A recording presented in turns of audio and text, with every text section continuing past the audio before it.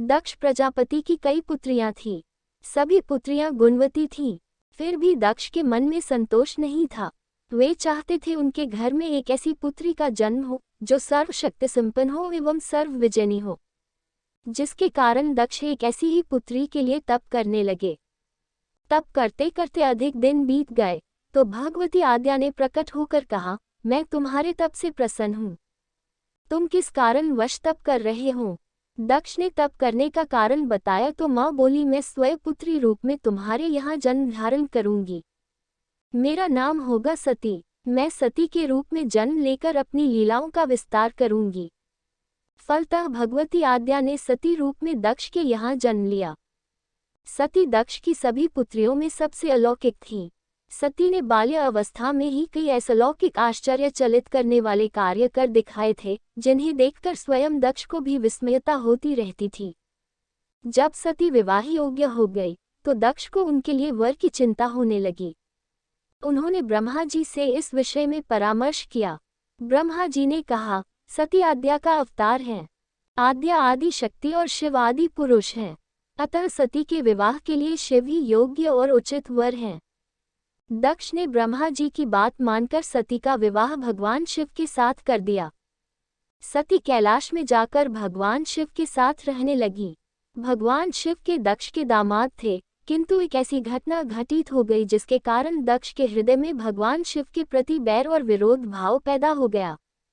एक बार देवलोक में ब्रह्मा ने धर्म के निरूपण के लिए एक सभा का आयोजन किया था।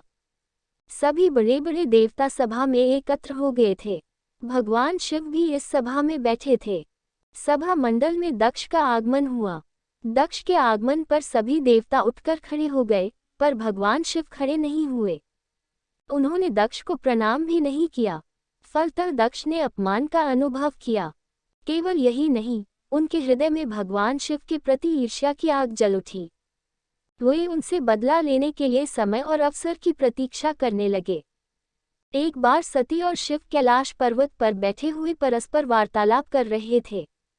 उसी समय आकाश मार्ग से कई विमान कनखल की ओर जाते हुए दिखाई पड़े। सती ने उन विमानों को देखकर भगवान शिव से पूछा, प्रभु, ये सभी विमान किसके हैं और कहाँ जा रहे हैं? भगवान शक्र ने उत्तर दिया, आपके पिता ने बहुत बड़े यज्ञ का आयोजन किया है। समस्त देवता और देवांगनाएं इन विमानों में बैठकर उसी यज्ञ में सम्मिलित होने के लिए जा रहे हैं यो। इस पर सती ने दूसरा प्रश्न किया, क्या मेरे पिता ने आपको यज्ञ में सम्मिलित होने के लिए नहीं बुलाया? भगवान शंकर ने उत्तर दिया, आपके पिता मुझसे बैर रखते हैं, फिर वे मुझे क्यों बुलाने लगे? सती मन ही मन सोचने लगी, फिर बोली, यज्ञ के इस अवसर पर अवश्य मेरी सभी बहनें आएंगी। उनसे मिले हुए बहुत दिन हो गए। यदि आपकी अनुमति हो तो मैं भी अपने पिता के घर जाना चाहती हूँ। यज्ञ में सम्मिलित हो लूंगी और बहनों से भी मिलने का सुअवसर मिलेगा। भगवान शिव ने उत्तर दिया, इस समय वहां जाना उचित नहीं होगा। आपके पिता मुझसे जलते हैं, हो सकता है वे आपका भी अपमान करें। बिना बुलाए किसी के घर जाना उचित नहीं होता है। इस पर सती ने प्रश्न किया, ऐसा क्यों? भगवान शिव ने उत्तर दिया, विवाहिता लड़की को बिना बुलाए पिता के घर नहीं जाना चाहिए, क्योंकि विवाह हो जाने पर लड़की अपने पति की हो जाती है। पिता के घर से उसका संबंध टूट जाता है। लेकिन सती पीहर जाने के लिए हठ करती रही, अपनी बात बार बार दोहराती रही। उनकी इच्छा देखकर भगवान शिव ने पीहर जाने की अनुमति दे दी। उनके साथ अपना एक गण भी साथ में भेज दिया। उस गण का नाम वीरभद्र था। सती वीरभद्र के साथ अपने पिता के घर गईं।